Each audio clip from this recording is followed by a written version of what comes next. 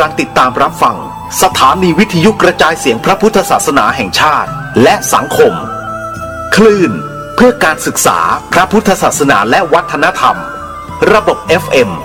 104.5 เมกะเฮิรตซ์รายการต่อไปเป็นรายการเสียงธรรมจากสามเณร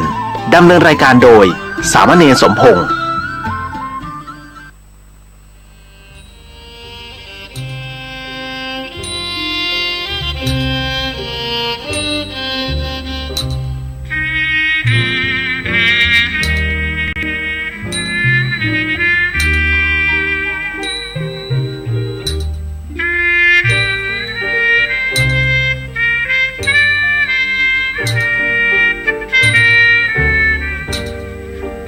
โลกนี้มีธรรม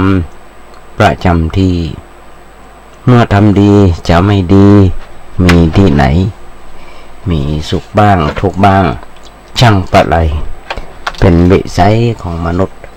ปุถุชน ขอกราบไหว้สาครูบาอาจารย์ทุกท่านขอเจริญพรศรัทธาญาติโยมผู้ใฝ่ในศีลในธรรมทั้งหลายมาแล้วรายการเสียงธรรมจากเนนน้อยสังเหลือจากวัดประแดงทั้งนี้โดยการนำของท่านพระโคสิทธิ์ปริยัติยาพรเจ้าวัดประแดงเจ้าคณะตำบลสุเทพเขตหนึ่งจะมานั่งจัดรายการอยู่ที่วัดประแดงกระจายเสียงมาทางสถานีวิทยุ FM 104.5 ของวัดไผ่หินซึ่งทางวัดไผ่หินก็มีท่านพระครูปริยัติยานุศาสตร์เจ้าวัดไผ่หินรองเจ้าคณะอำเภอเมืองจังหวัดเชียงใหม่โดยที่มีท่านพระครูสมุวิศวัตรวรกิจโจเป็นนายสถานีบาอาจารย์หลายผู้หลายท่านให้ความเมตตากรุณามาภาพสามเณรสมพงษ์เป็นผู้ดำเนินรายการบาอาจารย์ได้โอกาสฝึกมีโอกาสหัดในการน้อมนำเอาน้ำธรรมคำสอนขององค์พระสัมมาสัมพุทธเจ้ามามาจากญาติโยมฟังไก่กินข้าวตอนบางคนบางท่านกำลังนั่งซักเสื้อซักผ้าทำกับข้าวกับปลากวาดกระลังกลางกว้างก็เปิดวิทยุฟังไปยุคนี้สมัยนี้ฟังได้หลายตังโดยการญาติโยมทั้งหลาย จะว่าจะเป็นคนเฒ่าว่าจะเป็นละอ่อนมีโทรศัพท์ก็ฟังได้ละพัฒนาภาพเองเอาสื่อ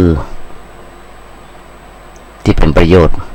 เทคโนโลยีที่มันเป็นประโยชน์ส่งให้ญาติโยมฟังเมื่อวันในดังเมสเซนเจอร์YouTube Facebook ไลน์ส่งให้ญาติโยมฟังในหันตัวนี่คือใจสื่ออย่างสร้างสรรค์ใจสื่ออย่างมีประโยชน์มีสาระใกล้กับเพลงกับข้าวอย่างต่างๆก็มาฟังในน้อยตัวนี้จบบาอาจารย์เป็นหนึ่งบอกมีอย่างก็มานั่งนั่งจางสตาจะยมฟังป้องซึ่งธรรมาภาพได้ทำตามที่ครูบาอาจารย์เพิ่นได้สอนได้สั่งกดยังได้ก็จะให้ญาติโยมฟังอย่างเมื่อวันที่5ที่ผ่านมาธรรมาหลายเรื่องหลายราวโดยเฉพาะเรื่องของความทุกข์ใกล้จะสิ้นปีเงี้ยญาติโยมทั้งหลายหลายคนจมก็เป็นธรรมดาโบราณเพิ่นบอกทุกข์บ่มีกินพมีบ่มีไผตามไฟส่องต้องทุกข์บ่ได้นุ่งบ่ได้ย่องพี่น้องดูแขวนนั่นอย่างหนึ่งละเพราะฉะนั้นถึงเวลาวันนี้เป็นวันที่12วันพุธที่12ซึ่งผ่านวันสำคัญของชาติไทยของเรามา2วันละซึ่งวันแรกนั่นคือวันที่5ธันวาคมเป็นวันเฉลิมเป็นวันป่อแห่งชาติ มาถึงเมื่อวันที่10ที่ผ่านมาเป็นวันรัฐธรรมนูญซึ่งเขาจะหาได้รัฐธรรมนูญกี่ฉบับก็บอกประเทศไทยใจเปลืองมากที่สุดใจเปลืองมากที่สุดใจหนักที่สุดอันนั้นเป็นของเรื่องของบ้านเมืองอาตมาถึงบอกญาติโยมเสมอจะกฎหมายก็จังจะรัฐธรรมนูญก็จังถ้าคนเฮาขาดศีลขาดธรรมแล้วจะแย่หลวงปู่พุทธทาสหลวงปู่ปัญญาพนบอกถ้าธรรมะไม่กลับมาโลกาจะวินาศก็จะหันได้ญาติโยมทั้งหลายทั้งก็จะแย่กันนอกจากศีลหน้าข้อแล้วถ้าใครมีอยู่กับเนื้อกับตัวอยู่กับจิตกับใจบ้านเมืองจะบ่วุ่นวายบ้านเมืองจะวุ่นวายก็หันได้ขนาดเปิ้นปรับเปิ้นยับก็ยังบ่กลัวกันเด้อเปิ้นปรับเปิ้นยับบ่กลัวกันเด้อเปิ้นยึดก็ยังบ่กลัวกันเด้อต้องการแต่ความสะดวกคนเดียวหลายๆเหตุการณ์ญาติโยมทั้งหลายต่างที่เปิ้นคือคนเดียวแต่ก็รถเอาเปิ้นแต่มีคนเอารถไปวิ่งบนทางเท้าไปโจรเปิ้นเหี่ยเปิ้นบ่ฮือวิ่งย้อนสอนก็รถไปวิ่งย้อนสอนไปโจรเปิ้นแฮมเสียเงินยังบ่ได้เสียเวลาแฮมเสียถึงเปิ้นเสียถึงเฮาต้องเอาเงินไปจ่ายให้เปิ้นกะหักสุกหักก็ยุกกะยาเปิ้นจิบปาถะเพราะคนหมู่นี้บ่ค่อยมีระเบียบวินัยได้ยินได้ฟังจากผู้ว่าราชการจังหวัดกรุงเทพเปิ้นบอกเป็นสันดานขุดได้แต่สันดานมันขุดบ่ได้หาความสะดวกให้กับตัวอย่างเดียวเพราะฉะนั้นเราก็จำเป็นจะต้องรับคำสอนในทางพุทธศาสนาเอาญาติโยมฟังพ่อบางคนบอกให้เข้าใจว่าในนอตัวนี้มาสอนมาได้สอนมากันฟังอะไรก็จังถ้ามันถูกกับจิตจริยาของเราก็ไปใจแต่อันไหนไม่ได้มาถูกกับจิตจริยาของเราก็เอาขว้างเนี่ยวางไว้เนี่ยมันต้องกลับไปกึศอย่างหนักนึกว่าตมามันเป็นโก้เป็นกิมในยามเหงายามหนาวอย่างนี้ตั้งอกตั้งใจฟังดีเพื่ออย่างเพื่อมันได้ประโยชน์อันเกิดขึ้นจากการฟังตามสมควรแก่เวลาตอนที่ผ่านมาเฮาอยู่ในโลกเราจะต้องปะถึงแดดถึงฝนหนาวบางทีบางแห่งหนาวที่วัดประแดงนี่ก็หนาวญาติโยมทั้งหลายแต่ว่าความต้องการของคนเฮาเนี่ยบางทีมันขัดกันจัดฟ้องก็ฝนตกก็บ่ชอบจัดฟ้องแดดออกนักไปก็บ่ชอบลมพัดแห้งไปก็บ่ชอบอย่างอันอย่างอี้ ก็ไม่มีใครชอบบกชอบใจอย่างในโลกนี้มีแต่ใครบอกใครจะเป็นที่ชอบใจอันยังในโลกนี้จะหมุนใจเอาทุกอย่างเป็นไปไม่ได้สิ่งถึงหมดถึงมวลหลายอันหลายอย่างก็เป็นไปตามอำนาจของธรรมชาติเราก็ต้องปลูกความรู้สึกในใจให้เกิดความพอดีกับสิ่งเหล่านั้นคือรู้สึกในใจไว้ให้เกิดความพอดีกับสิ่งเหล่านั้นถ้าเรารู้สึกพอใจแล้วก็สบายแต่ถ้าบอกรู้สึกพอใจในเรื่องอันยังก็เกิดความทุกข์ความเดือดร้อน ขึ้นมาในชีวิตประจำวัน มาความพอใจในสิ่งที่เราประสบอยู่เฉพาะหน้าคืออย่างเกิดขึ้นเฉพาะหน้าเราก็นึกพอใจในสิ่งนั้นความพอใจในสิ่งที่เกิดขึ้นเฉพาะหน้าคือเป็นศิลปะของความสุขของความสบายใจในทางจิตใจซึ่งในขณะใดที่เรามีความพอใจในเรื่องอันยังกับที่เกิดขึ้นเราก็รู้สึกสบายใจยิ้มได้แต่ว่าในขณะใดที่เรารู้สึกขัดใจบ่ชอบใจในสิ่งที่เกิดมีอยู่เฉพาะหน้าในขณะนั้นเราก็มีความทุกข์มีความบ่สบายใจอันความทุกข์ความเดือดร้อนเนี่ยในใจไพ่ก็บ่ค่อยชอบไพ่ก็บ่ต้องการอย่างตมาภาพญาติโยมทั้งหลาย2 เดือนที่ผ่านมารู้สึกว่ามันปวดขาข้างขวาปวดท้องว่าเอ็นมันตึงซื้อยามาตึงขาตึงประคบตึงนวดตึงพ่นโอ้หลายขนาดไปหาหมอไปหาหมอผลตรวจหมอเบิกคือกำลังใจจัดดีโจเข้าไปเบิกว่าหายหลวงพ่อเป็นโรคกระดูกพรุนเราอธิบายให้เปิ้นฟังขอความรู้จักเปิ้นก็บอกว่าหายก็ฉีดยามาให้เข็มก็บ่หายแต่อย่างเปิ้นว่าหมอว่าเปิ้นวินิจฉัยผิดหรือว่าถูกบ่เปิ้นให้กำลังใจมาว่าบ่หายแล้วก็จังมันเราก็ต้องสู้กันไปเนี่ยภัยบ่อยากจะต้องการบางทีมันดีขึ้นมาทายาอย่างก็ดีประมาณสักครึ่งชั่วโมงหรือว่าชั่วโมงนึงแต่เวลาเราเผลอความทุกข์ก็เกิดขึ้นในตัวของเราได้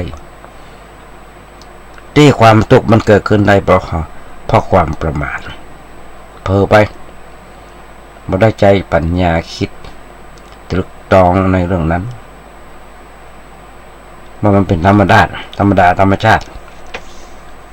เป็นไปตามสังขาร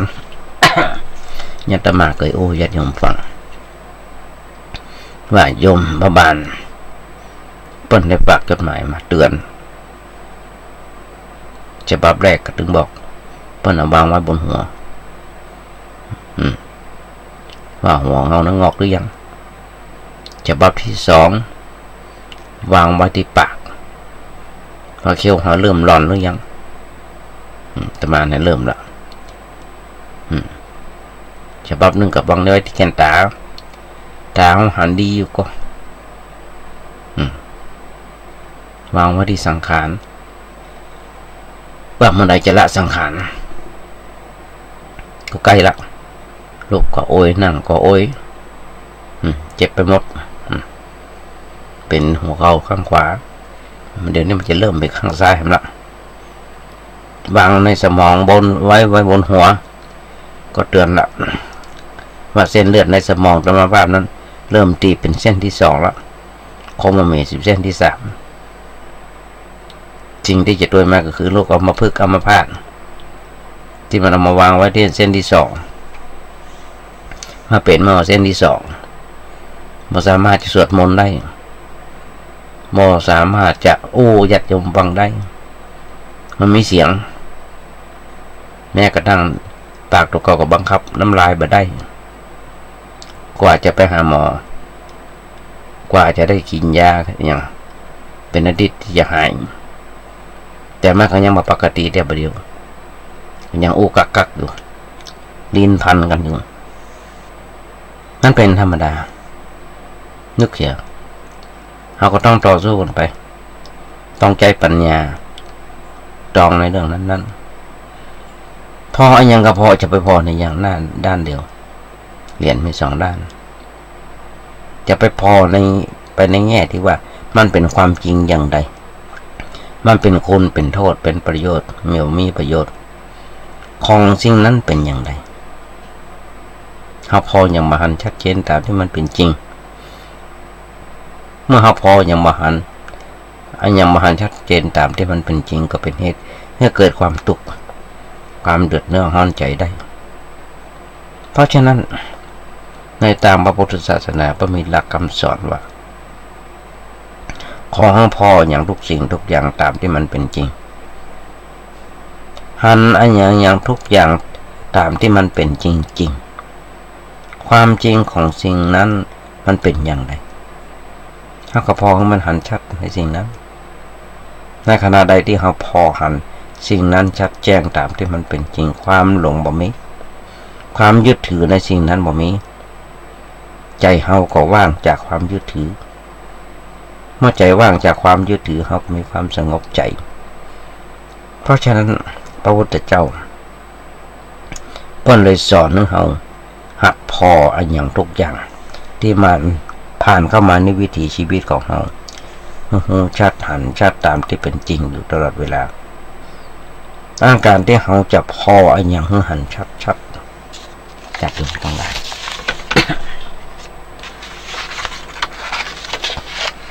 ก็ต้องศึกษาเรื่องธรรมะเพื่อเอามาใจเป็นแว่นเป็นกระจก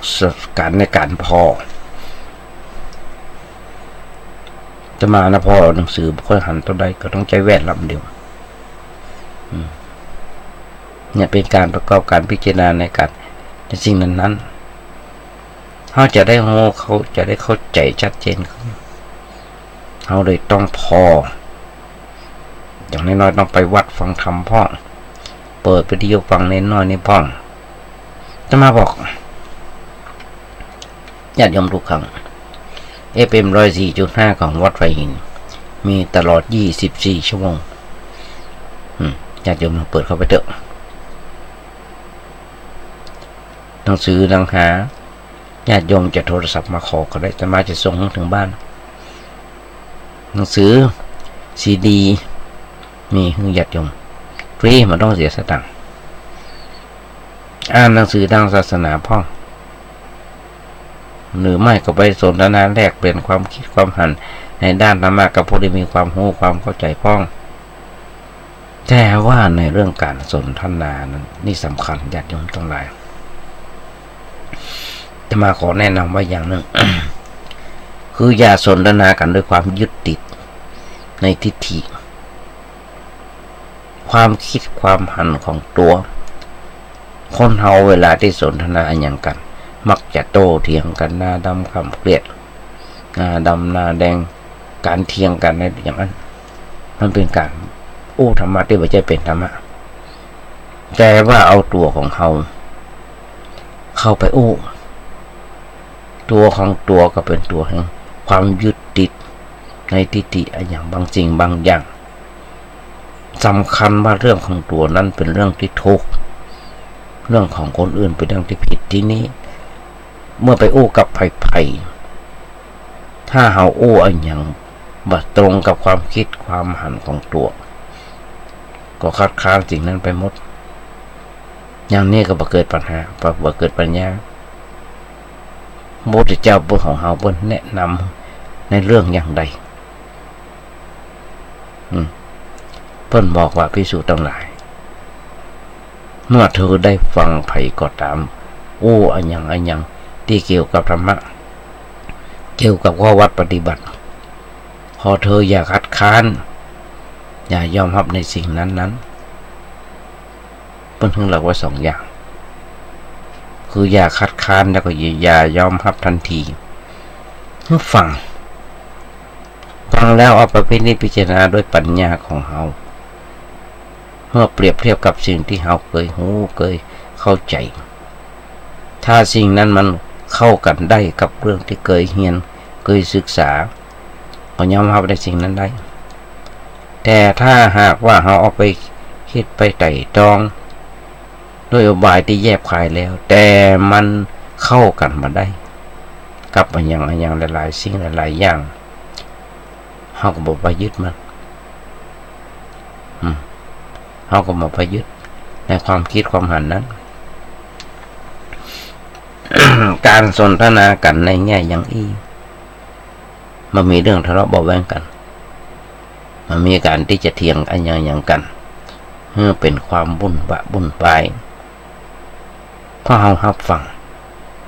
ไผโอ้ไอ้หยังเฮาก็ฟังด้วยใจเย็นถ้าจะโอ้หรือว่าคัดค้านหรือว่าท้วงติงเขาโอ้ด้วยใจเย็นๆเขาโอ้ด้วยอารมณ์อันการโอ้เรื่องอะไรอย่างก็ตามถ้าเฮาโอ้ด้วยอารมณ์ร้อนมักจะเสียเปรียบแต่ถ้าด้วยอารมณ์เย็นมักจะได้เปรียบเป็นปัญญาเพราะปัญญามันบังเกิดเมื่อไฟมันกำลังลุกอยู่ในใจแต่ปัญญาจะเกิดเมื่อใดเมื่อใจสงบเพราะฉะนั้นบุคคลที่ทำอะไรอย่างด้วยใจที่เขามักจะเสียหายแต่ถ้าทำอะไรอย่างด้วยใจเย็นความทุกข์ความเดือดร้อนจะบังเกิดขึ้นอันนี้มันก็ต้องฝึกฝนกันฝึกฝนเหมือนกันเมื่อจะไปโอ้อะไรอย่างกับไผ่หรือจะต้องสนทนาปาดีในอะไรอย่างก็ต้องเตือนตัวเก่าไว้ก่อนว่าเย็นอย่าฮ้อนอย่าดูโอ้ด้วยอารมณ์ฮ้อนแต่โอ้ด้วยเหตุผลอารมณ์มันฮ้อนญาติโยมทั้งหลายหัน ทุกเมื่อเชื่อวันพอมีปัญหาขึ้นศาลขึ้นโรงพักของนี้ขึ้นมาแล้วอู้ได้คำเดียวว่า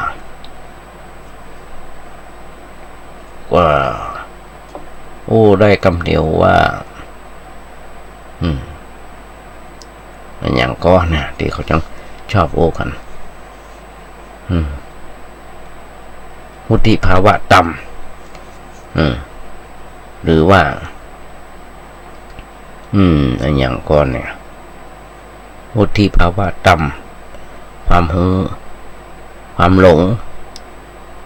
ความหูความหลงให้อย่างสปะหลายอันหลายอย่างเดี๋ยวขึ้นได้ก็อู้จะจมฟังเพราะฉะนั้นสิ่งใดบอกควรอู้ก็จะไปอู้สิ่งใดที่ควรอู้ก็ถึงอู้แล้วเรื่องที่ควรอู้ก็เหมือนกันต้องพอเวลาต้องพอบุคคลต้องพอสถานที่ต้องพอเหตุการณ์ว่าถ้าอู้ออกไปแล้วมันจะขัดกับอย่างกับเป็นประโยชน์แก่กับคนฟังก่อนหรือว่าเป็นประโยชน์แก่เราผู้อู้หรือไม่ถ้าหากว่าเราอู้ออกไปแล้วมาได้เรื่องคือบ่ให้ประโยชน์กับคนฟังเราเองกับผู้อู้ก็ไม่ได้ประโยชน์อะไรอย่างเป็นการอู้ออกไปเพื่อจะแสดงว่าเราหูในเรื่องนั้นเป็นการอู้อันมีอยู่ในใจของตัวคนอื่นปนว่าตัวมีกิเลสเต่าอันเต่าอีท่านอู้ในรูปแบบนั้นมาได้สาระอันยังแต่ถ้าหากว่าอู้ด้วยปัญญาเขากับพิจารณาก่อนว่าเรื่องที่เขาจะอู้ออกไปนั้นเป็นเรื่องจริงเรื่องดีมีประโยชน์เหมาะกับเวลาเหมาะกับบุคคลเหมาะกับเหตุการณ์เหมาะกับสถานที่เขาจะอู้หรือไม่เขาจะอู้หรือไม่ถ้าได้กึดทบทวนไตร่ตรองอย่างนี้พวกนั้นจะเป็นพวกอู้แต่เรื่องดีมีประโยชน์ญาติโยมทั้งหลายปากของคนนั้นจะบาเสียแล้วไปก็บ่ไปติมันไปว่าบุคคลนั้นเป็นเรื่องเกี่ยวกับการอู้เป็นอันขาดอันนี้เป็นเรื่องที่สำคัญถ้าว่าคนเราอยู่ในสังคมมันต้องปะกันต้องมีการสนทนากันในเรื่องอันหยังต่างๆอยู่ตลอดเวลา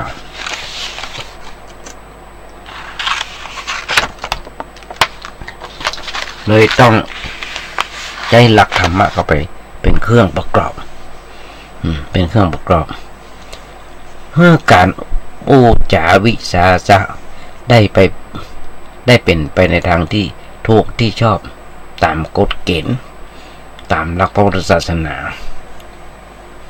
อันนี้เป็นเรื่องที่อยากจะขอฝาก ญาติโยมได้นำไปใช้ในการปฏิบัติในปฏิบัติในกิจในชีวิตประจำวันอย่างหนึ่งวันพุธที่ผ่านมาก่อนพุธหลายพุธได้อู้ถึงเรื่องหลักในทางพุทธศาสนาคือเรื่องสำคัญที่พระพุทธเจ้าของเราเพิ่นมาสอนให้กับคนถึงโลกเรื่องสำคัญที่พระพุทธเจ้านำมาสอนนั้นคือเรื่องอันยังได้บอกคุณญาติโยมอย่าฟังบ้องละว่าคือเรื่องอริยสัจสี่อันเป็นเรื่องหลักเรื่องสำคัญเป็นคำสอนในทางพระพุทธศาสนาซึ่งหากคนจะได้ศึกษาแล้วนำไปใช้ในชีวิตประจำวันบ่ใจแบบที่เปิ้นอบรมเยาวชนเข้าค่ายคุณธรรมอย่างนั้นเอากันเป็นนั่งให้เอากันเป็น3 วัน 4 วันเอาจนเป็นโรคอย่างพาโมล่าอย่างนั้นนะโรคคน2 ขั้วจบเรียนจบไปแล้วก็ยังมาหายแต่ต้องไปหาหมอต้องกินยานะไม่ใช่อย่างนั้น ในอริยสัจสี่เนี่ยญาติโยมทั้งหลายพระพุทธเจ้าเพิ่นเรื่องนี้เคยว่าก็เพราะว่าพระพุทธเจ้าของเรารู้ดีว่าชีวิตของคนเรานะมีความทุกข์มีความเดือดร้อนด้วยปัญหาต่างๆหลายอย่างหลายอันพระพุทธเจ้าเราต้องการจะให้คนเรานะมนุษย์เราเนี่ยรู้จักวิธีแก้ไขปัญหาชีวิตของตัวพระเจ้าเลยได้วางหลักอริยสัจสี่ประการเหล่านี้ไว้ถ้าจะอู้กันไปแล้วก็หมายความว่าอริยสัจสี่ประการเป็นกฎหมายสำหรับชีวิตที่เราควรจะนำมาใช้ในชีวิตประจำวันถ้าเรานำหลักนี้มาใช้ในชีวิตประจำวันอย่างจริงจังเราก็จะอยู่ด้วยความสุขความสงบในโลกนี้มันมีความทุกข์มันมีความเดือดร้อนในชีวิตจิตใจของเราเลยเป็นที่ควรจะได้ทำตามความเข้าใจกันในเรื่องนี้ต่อไปญาติโยมเรื่องที่ควรจะทำความเข้าใจกันก็คือข้อธรรมะที่เราจะพึงเรียนในเรื่องอริยสัจสี่เนี่ยมันมีอย่างพ่อขอเอาหนังมาฉายย้ำซ้ำสักคำหนึ่งเปิ้นแบ่งมาเป็น4 เรื่องคือเรื่องของความทุกข์เรื่องเหตุที่เกิดความทุกข์เหตุให้เกิดความทุกข์เรื่องของตามภาษาธรรมะแบบสมุทัยแต่ว่าเหตุแค่ให้เกิดทุกข์การดับทุกข์ได้ก็เพราะว่านิโรธคือทางที่จะปฏิบัติถึงความดับทุกข์เพราะเราว่ามรรคกันย่อๆทุกข์สมุทัยนิโรธมรรคคนโบราณพ้นต้องการให้คนเรานะจำกันง่ายๆเนี่ยแต่หัวเอาตัวนำของชื่อนั้นมันห้องให้มันเข้าใจหรือว่าหัวใจของอริยสัจสี่คือทุสานิมะแต่คนโบราณเปิ้นสอนเพื่อให้จำคนที่ได้หัวใจอริยสัจไปแล้วบ่ได้นำเอาไปใช้ในทางแก้ทุกข์แต่เอาไปใช้แก้เป็นคาถาอาคมไปเอาไปใช้ในเป็นคาถานั้นคาถานี้ฝอยโมกับไปตาม108 ปัญญาไม่ใช่เรื่องของพุทธศาสนาซึ่งเรื่องของพุทธศาสนาเพื่อให้จำหัวใจก็เพื่อจะให้ระลึกกันง่ายๆเช่นเขาท่องกรรมทุสานิมะเวลาเขาจะไปนึกถึงความตัวจริงๆของอริยสัจเขาก็รู้ว่าทุคือทุกข์สะคือสมุทัยนี่คือนิโรธมรรคคือหมายของความดับทุกข์มรรคคืออันมรรคอันเป็นประกอบไปด้วยองค์8ในเรื่องอื่นๆเปิ้นก็มักจะเอามาสูญสีอยู่นี้กันเอาท่องมันจำเพราะสมัยก่อนเนี่ยมันไม่หนังสือหรอก มีตำรับตำราบ่มีการบันทึกเป็นตัวอักษรคนที่ไปเรียนอะไรอย่างที่ก็ต้องท่องให้จำที่นี่การท่องให้จำถ้าจะท่องให้หมดมันก็ต้องใจแหวะมือเลยต้องย่อสิ่งที่จะเรียนนั้นเอาแต่หัวใจเพื่อให้จำง่ายๆแล้วจะได้เอาไปเป็น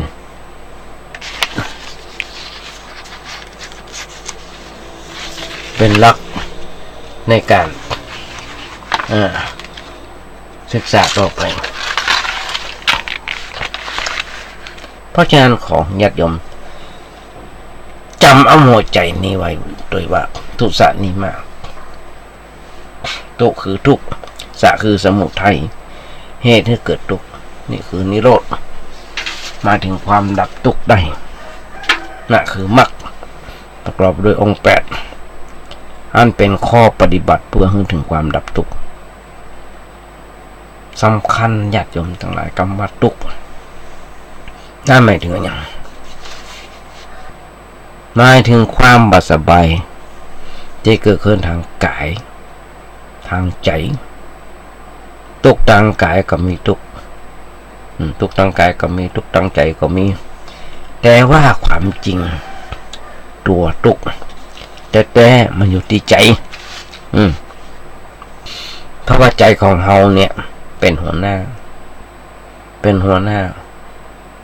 ของเรื่องการเป็นอยู่การคิดความนึกอยู่ในใจนั้นมันมี2เรื่องต้นธรรมะทุกทางใจแล้วก็เหตุที่เกิดกับใจเองเหตุทางร่างกายก็คือสภาพกายสภาพร่างกายที่บ่ปกติเช่นปวดแข้งปวดขามีความเจ็บไข้ได้ป่วยอันเป็นเรื่องของธรรมดาของสังขารร่างกายญาติมาถึงบอกเป็นเจ็บหัวเข่าเป็นเอ็นตึงหมอบางบอกเป็นกระดูกพรุนคนเฮาเกิดมาแล้วมันก็ต้องมีการเจ็บการไข้เป็นเรื่องธรรมดาถ้ารักษาอนามัยดีก็เจ็บไข้ได้ป่วยน้อย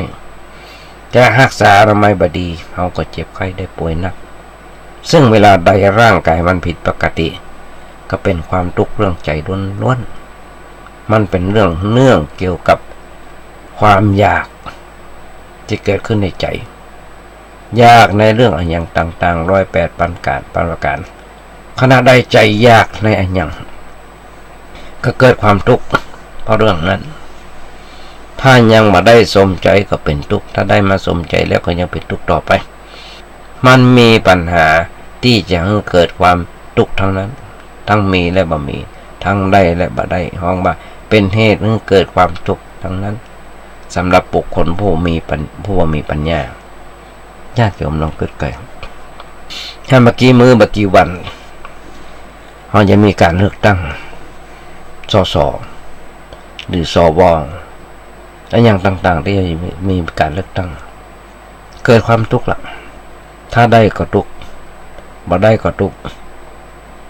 ถ้าได้ก็ทุกข์บ่ได้ก็ทุกข์ที่ว่าอย่างนั้นคือถ้าได้ทุกข์ถ้าได้ก็ทุกข์เพราะอย่างทุกข์เพราะได้ไปทำงานกับชาวบ้านให้กับประเทศชาติเทพถ้าบ่ได้ก็เป็นทุกข์คำละนายหลายอย่าง ถ้าพอตาฟังเด้อแต่ถ้าบุคคลใดมีปัญญาหูเต่าหูตันเวลาได้ก็บ่เป็นทุกข์เวลาบ่ได้เขาก็มันเป็นทุกข์เพราะเรื่องนั้นที่มันเป็นทุกข์นั้นก็เพราะว่ารู้ว่าอันอย่างมันเป็นอันอย่างสิ่งทั้งหมดทั้งมวลหลายสิ่งหลายอย่างที่เกิดขึ้นตั้งอยู่ดับไปมันมีสภาพตามที่เป็นจริงอย่างใดก็มันมีความทุกข์จากเรื่องนั้นอันนี้เป็นเรื่องความทุกข์ที่เราควรรู้ไว้ก่อนเป็นเบื้องต้นญาติโยมทั้งหลายในธรรมะหรือว่าในพระสูตรเพิ่นแยกความทุกข์เกี่ยวกับอริยสัจสี่นี้ไว้อย่างที่เราเคยสวดมนต์ทำวัดเจ้าทำวัดดินเขาทำสวดมนต์ทำวัดเจ้าแล้วมีแล้วชาติปีทุกขาความเกิดก็เป็นทุกข์ชราปีทุกขาความแก่ก็เป็นทุกข์มรณะปีทุกขังความตายก็เป็นทุกข์ความพลาดพลาดจากของรักของห่วง ของชอบใจก็เป็นทุกข์ อยู่ร่วมกันกับคนที่เราบ่ชอบกับสิ่งที่เราบ่ชอบเป็นความทุกข์ความโศกความเหี่ยวแห้งใจความร่ำไรรำพันในเรื่องปัญหาต่างๆก็เป็นความทุกข์รวบรัดย่อๆสั้นๆการเข้าไปยึดถือในขันธ์ห้าว่าเป็นตัวเป็นตนเป็นเฮาเป็นเปิ้นนั่นเป็นก้อนทุกข์ใหญ่ก็ญาติโยมลองคิดก่อนลองพอข้าวด้วยผัวว่ามีเมียน้อยเมียจ้างเปิ้นมาฆ่าเมียไปมีเมียน้อยเมียผัวน้อยจ้างเปิ้นเอาน้ำกรดมาสาดเอาปืนมายิงไปยิงเมียถูกเก่าตายเหี้ยแล้วให้ทุกข์อ่ะเราก็กับเปิ้นตายไปแล้วพ้นไปแล้วเดี๋ยวก็ตัวเก่าต้องประดิษฐ์กุ๊กติดตารางนั่นแหละญาติโยมทั้งหลายเปิ้นแจกความทุกข์ญาติโยมฟังทีนี้มีอันหนึ่งที่สำคัญคือเรื่องชาติทุกข์เปิ้นว่าความเกิดเป็นทุกข์นั่นหมายถึงอะไรอย่างที่ห้องว่าความเกิดเป็นทุกข์ก่อนเนี่ยเราได้ฟังคำอธิบายว่าการเกิดในท้องแม่หรือว่าในครรภ์มารดาการคลอดออกมาจากครรภ์แล้วอันเนี้ยหากว่าเรามาศึกษาในแง่นั้นจะไปช่วยให้การแก้ไขปัญหาอย่างได้แต่ถ้าหากเขาเข้าใจในแง่นึงไม่ได้เข้าใจตามแง่นั้นแต่เข้าใจว่าชาติคือการเกิดนั่นหมายถึงความรู้สึกที่เกิดขึ้นในขึ้นในใจเข้าไปยึดถืออย่างว่าเป็นตัวเฮาเป็นของเฮาขึ้นมาซึ่งในขณะใดที่ใจของเฮาเกิดความรู้สึกขึ้นยึดถือ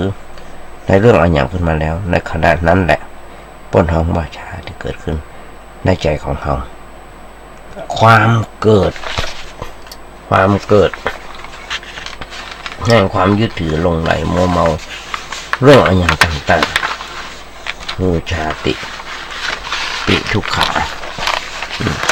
ชาติปิทุกขาพ้นเขาบอกความเกิดมันเป็นแค่จะมาลองเกิดกันเนาะน้องอ่อนที่เกิดขึ้นมาออกจากท้องแม่มาไม่ว่าใครทุกคนกี่ปียังถึงกินคนเดียวได้กี่ปียังถึงเตียวได้กี่ปียังถึงอู้ได้ลกหลังยืนเตียวอย่างต่างๆกี่ปีกว่าจะอู้กว่าจะห้องพ่อห้องแม่ได้มันเป็นตัวทั้งนั้นญาติโยมทั้งหลายเปรียบเสมือนคนเฒ่าถ้าอายุ60ไปแล้ว40ดื่มได้50ดื่มหลังเริ่มจะเป็นละอ่อนเพราะฉะนั้นกายที่เกิดมาจากท้องแม่นั้นมันเกิดมาแล้วนี่โอถึงทางธรรมะแล้วก็ป้นมาแล้วอันนั้นมันจะเป็นเหตุให้เกิดความทุกข์ต่อมาแหมมันก็บอกคนบ่สมควรเพราะมันผ่านพ้นมาไกลแล้วแต่ว่าความเกิดแห่งความยึดถือเกิดขึ้นในใจของเราจะเป็นชาติทุกข์ตลอดเวลาเรานั่งอยู่หน้าที่ใดก็จังจะยืนอยู่หน้าที่ใดก็จังจะนอนอยู่ที่ใดก็จังพอใจเราไปยึดในอันอย่างขึ้นมาเรารู้สึกอย่างไรเช่นเรานึกไปถึงเงินที่อยู่ในตู้นึกถึงเพชรนินจินดานึกถึงรายได้นึกถึงเงินที่เขายืมเข้าไปดอกเบี้ยยังเหมือนจะส่งตามเวลาแล้วก็นึกอันอย่างหลายเรื่องหลายอย่างหลายประการขึ้นในใจขณะนั้นรู้สึกอย่างไรญาติโยมลองสำรวจเก่าไปแล้วสำรวจตัวก็จะพบว่ามันเป็นทุกข์พอนึกถึงเรื่องเรานั้นขึ้นมาก็เป็นความทุกข์เกิดความทุกข์เกิดเพราะเรื่องอะไรอย่างเพราะเรานึกว่าสิ่งนั้นเป็นของเราเงินทองของเราเพชรจินดาของเรา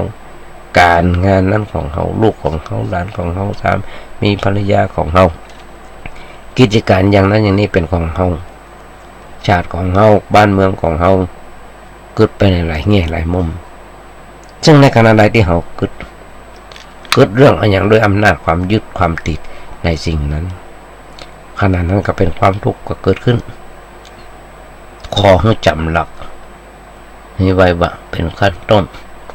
คือว่าในขณะใดใจเกิดความยึดติดในเรื่องอะไรอย่างในขณะนั้นเราจะเป็นทุกข์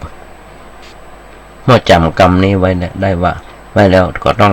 นำเอาไปพิจารณาเอาไปค้นคว้าการค้นคว้านั้นอย่าไปค้นจากตำรับตำราหนังสืออย่างเลยต้องค้นคว้าจากชีวิตของเราเองจากกิจกรรมที่เราทำอยู่ทุกเมื่อเชื่อมันทุกเวลาจากความรู้สึกในชีวิตประจำวันของเรานี่แหละ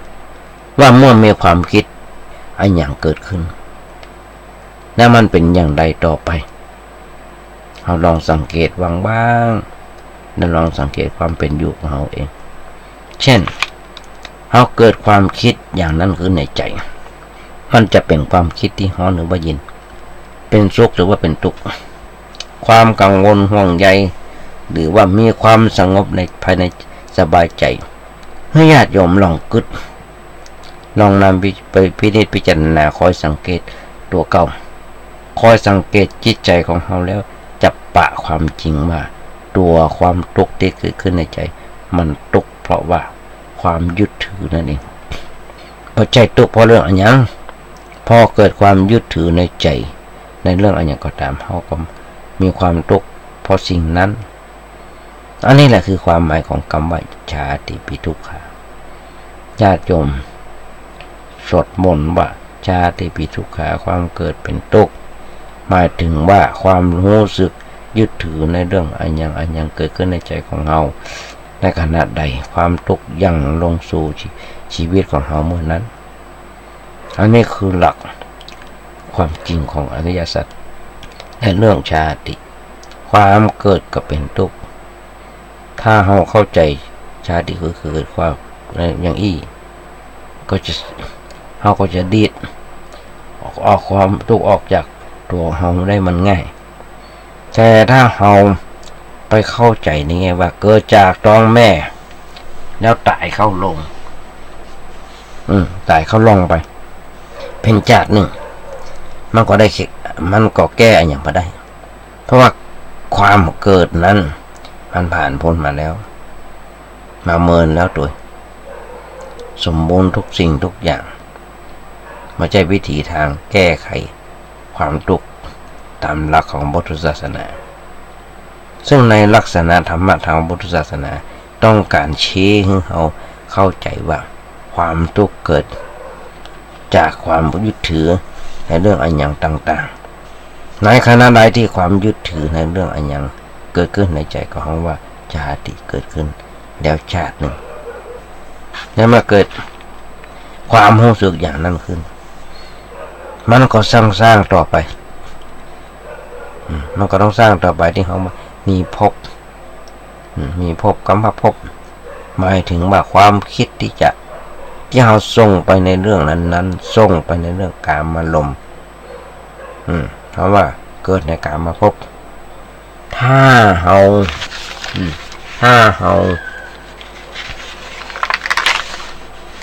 ส่งไปในเรื่องเกี่ยวกับรูปก็เขาว่ารูปภพ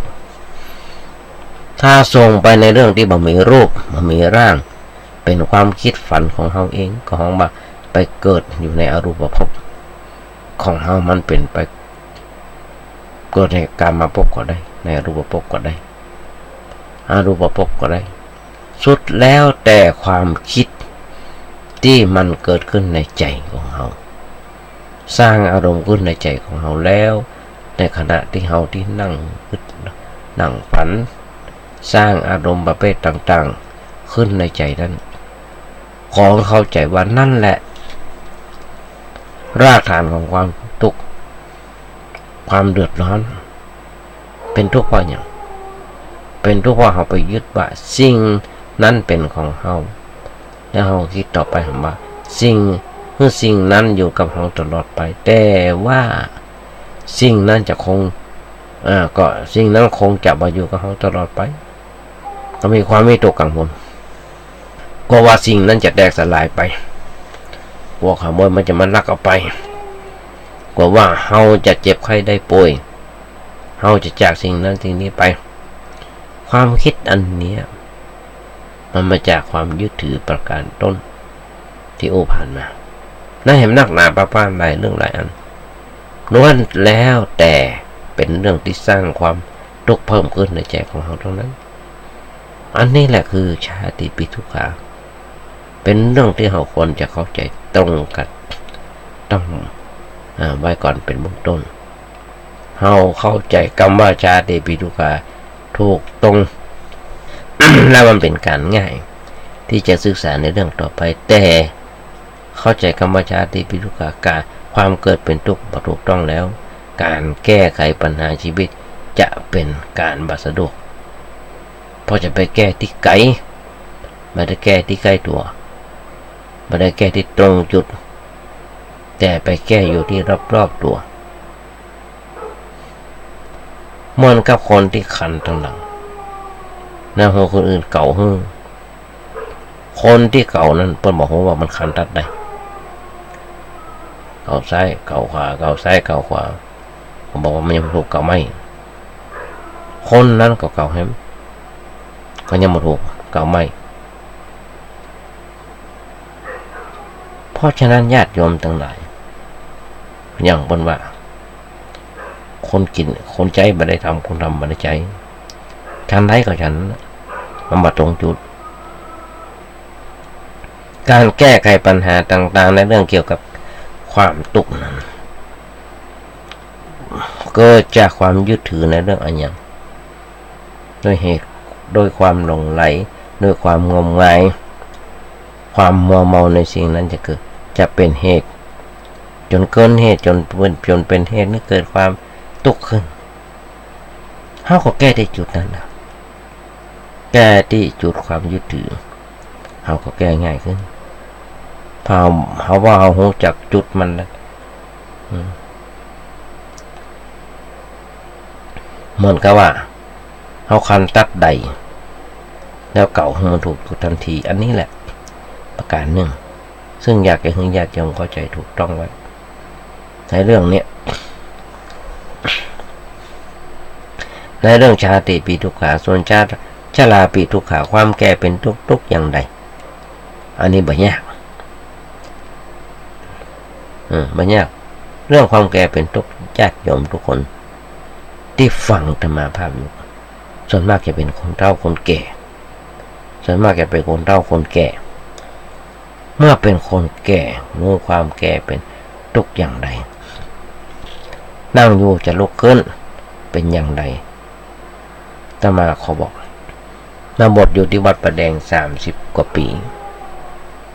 มาทีแรกพรรษาแรกแม้กระทั่งศาสตร์จะปูในวิหารกับบะมีต้องขอบิณฑบาตกับญาติโยมเอาสตางค์ไปซื้อศาสตร์ซื้อเสื้อซื้อศาสตร์มาปูในวิหาร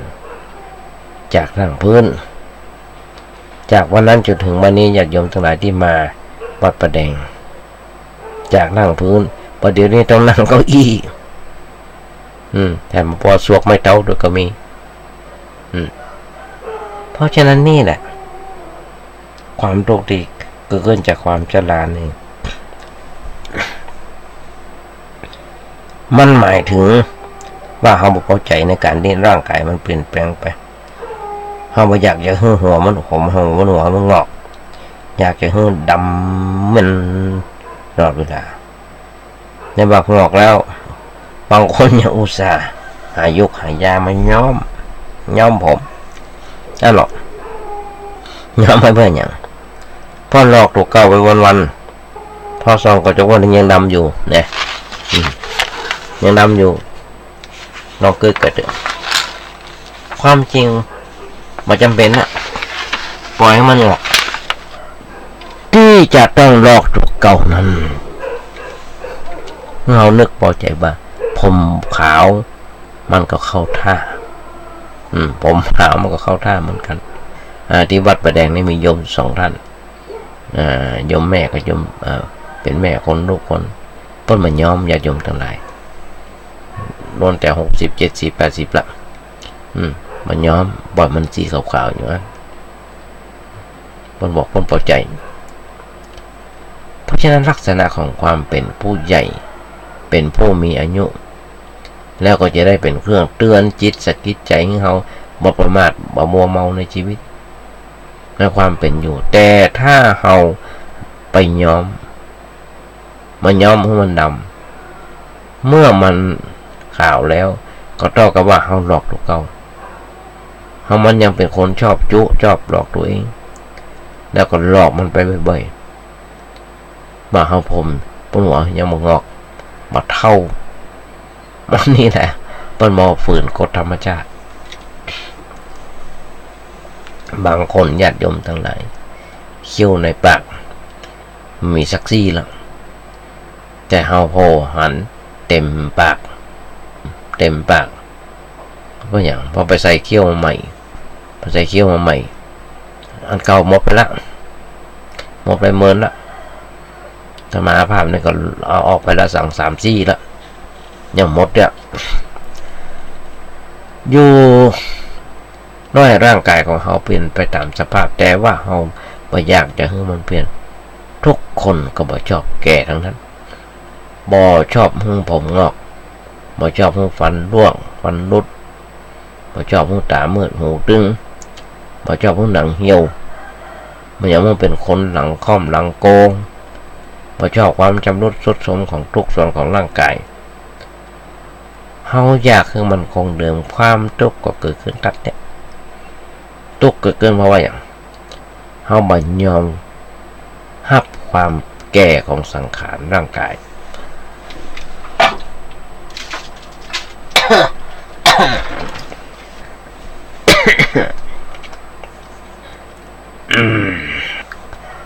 ถ้าเอาหัวว่าความแก่เนี่ยมันเป็นเรื่องธรรมดาที่จะต้องเกิดต้องมีแก่กับทุกคนนี่บ่นและเรื่องจิตของเราทุกวินาทีเนี่ยเราแก่อยู่ตลอดเวลาเมื่อเป็นละอ่อนก็ว่าแก่ขึ้นเป็นหนุ่มก็แก่ขึ้นเป็นคนใหญ่ก็เต็มตัวก็เริ่มแก่ลง เพราะว่าความแก่เนี่ยมันขึ้นอยู่กับเวลาปรุงแต่งของร่างกาย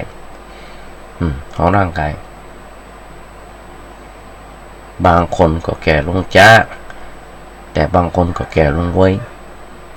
คนที่แก่ลงไวก็คือคนที่ชอบเอายาพิษใส่เข้าไปในตัวเช่นคนชอบกินเหล้าชอบแอลกับมันคืออดหลับอดนอนคนประเภทนี้แก่เว้ย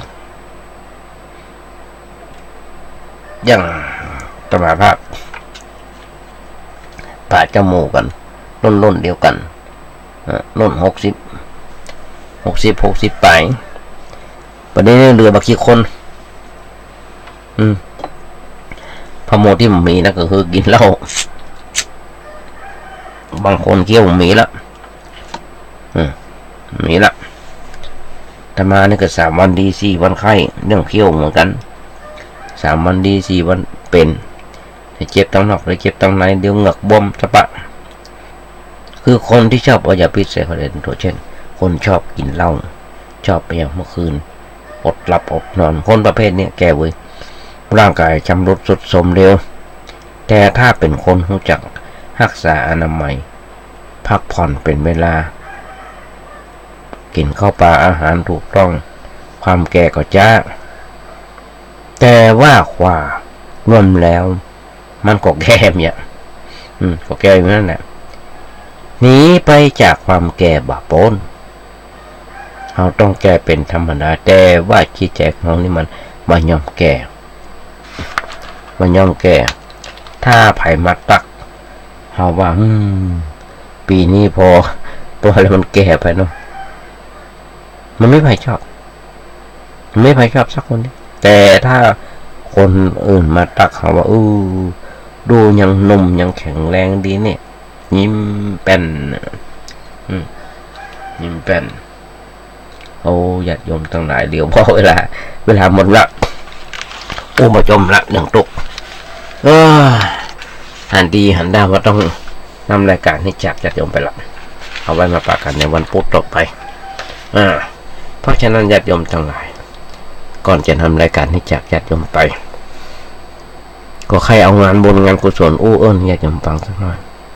ซึ่งทางวัดประแดงก็ของโดยที่ว่าท่านพระครูโคสิทธิ์ปริยัติยาพรเจ้าวัดประแดงเจ้าคณะตำบลสุเทพพร้อมกับคณะกรรมการของวัดประแดงมีดำริได้ตรวจสอบพอแล้วว่าบันไดนาคที่กำลังที่มีอยู่นี้มันชำรุดทรุดโทรม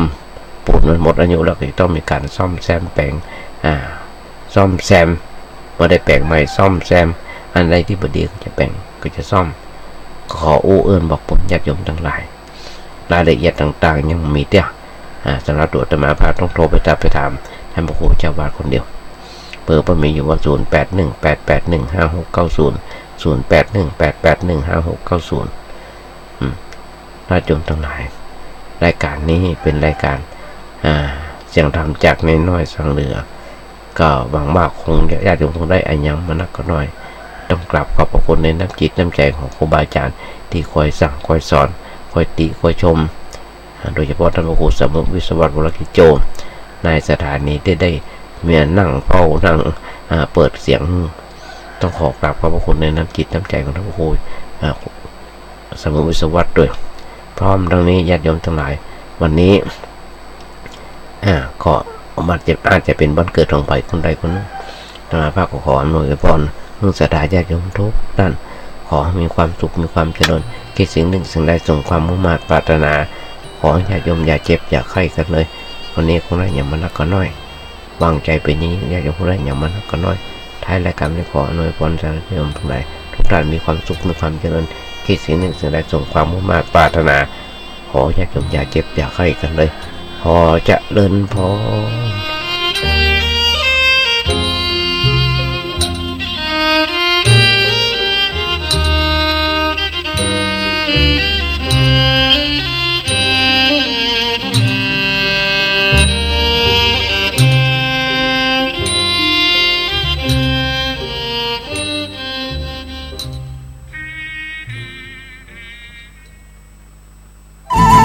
ที่จบไปแล้วนั้นเป็นรายการ